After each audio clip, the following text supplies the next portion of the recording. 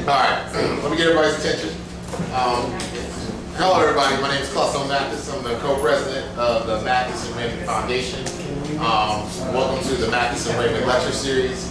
The Mathis and Raymond Foundation, we're dedicated towards providing lecture series which will go over social, political, economical things that are going on in the community.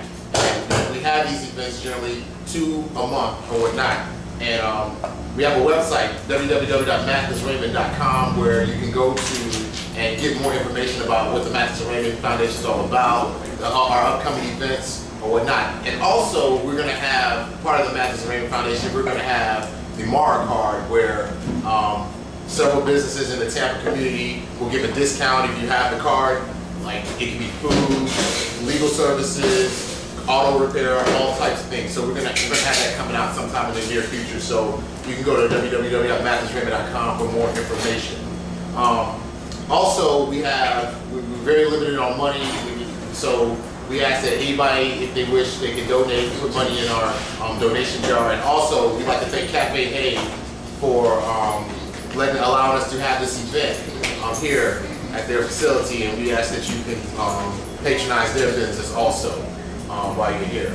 So today's event is going to be a debate between who actually runs this government, and Mr. Antonio Watley and Mr. Willie Kimba Crowley, I should say. There you go, thank you.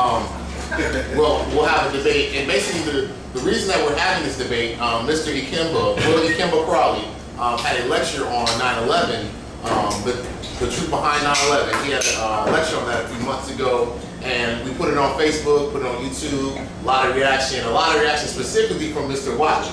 So Mr. Watley disagreed with a lot of things he had to say. So, Mr. Watley said, okay, let's do a debate. So here we are, we're having a debate. So these are 2 very intelligent young brothers, and we're interested to see what they have to say. We know these 2 men really respect each other, but in the course of the debate, we ask that we like to stick with the issues, and we don't want to go below the belt or anything like that. That's what we want to keep it that way, please. All right? Personally below the belt, okay? So the format of the debate is going to... So the format of the debate is going to go in this manner. Since Mr.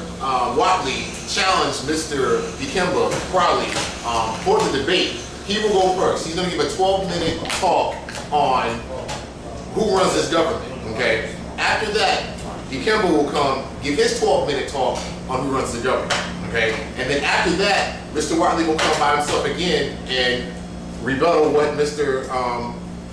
Crowley had to say. And then Mr. Crowley will come back and rebuttal what Mr. Watley had to say. Then after that, each round is 12 minutes. Then after that, both men will come here and each will ask each other 3 questions, okay? Mr. Watley will go first, ask Ikemba a question, and Ikemba will ask Mr. Watley a question, and it'll go 3 rounds, okay? And then after that goes, then the audience here can ask questions or have comments or whatnot for either 2 participants in the debate. Okay, does everybody understand that? Yeah, okay. Great. So, my partner here, Matthew Long, he will be the moderator of the debate. So, we're going to get this debate started, and we're going to let Mr. Antonio Watley come first, okay, for 12 minutes. And we're going to have a timer. We'll have a timer to let him know when it's done. And when it's like 1 minute left, we're going to raise our hands, okay?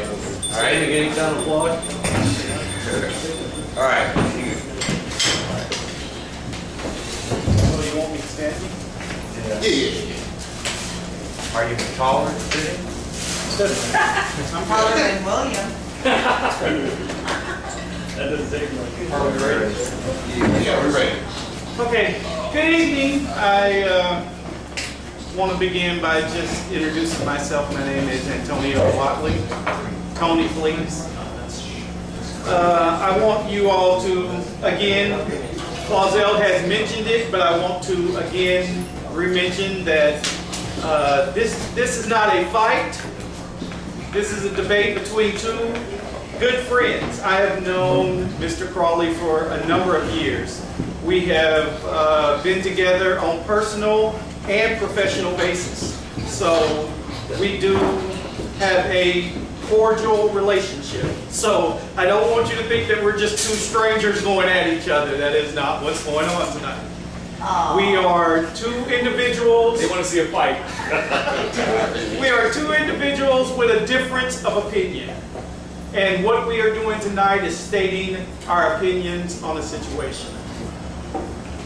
I'd like to begin by reading a prepared statement since I have a set amount of time so that I don't go and waffle.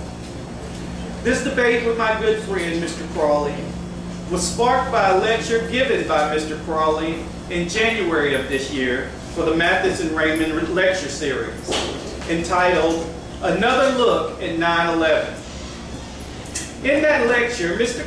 Crawley made some very provocative statements that caused me to want to sit down and debate the facts of his statements.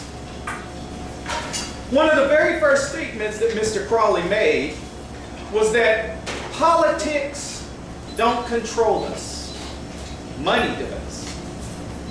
He begins proving his point about how money controls us by talking about the Federal Reserve Bank. And he states that Article 1, Section 8 and 10 of the U.S. Constitution outlaws the existence of the Federal Reserve Bank, or as he defined it, the central banking system of America.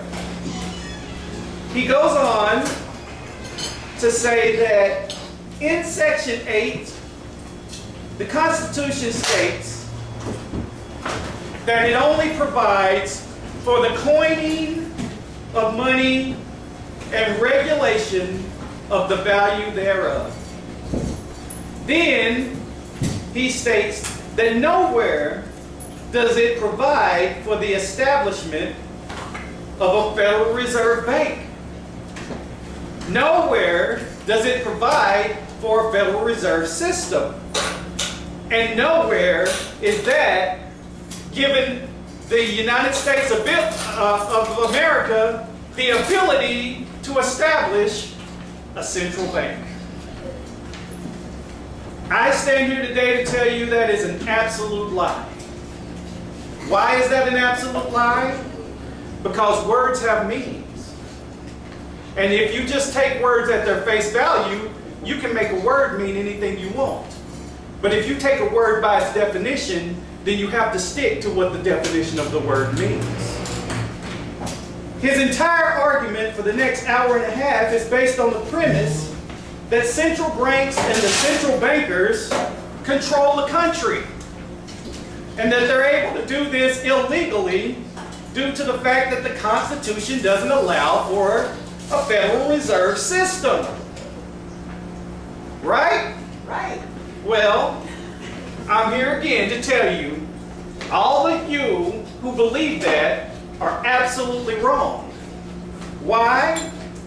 Because, as I tell my students in my political science and sociology classes, words do have meanings. And no matter what you believe, no matter what you've been taught, no matter what you've been told, there's a definition for every word in the English language. And in this, it says, while you want, I repeat, excuse me. He states, Congress shall coin money and regulate the value thereof. Well, there's a key word in that. The key word in that is the word regulate. The key word is regulate. So, the equivocating and saying, taken out of context of this one sentence, can completely throw you in the wrong direction. If all you do is you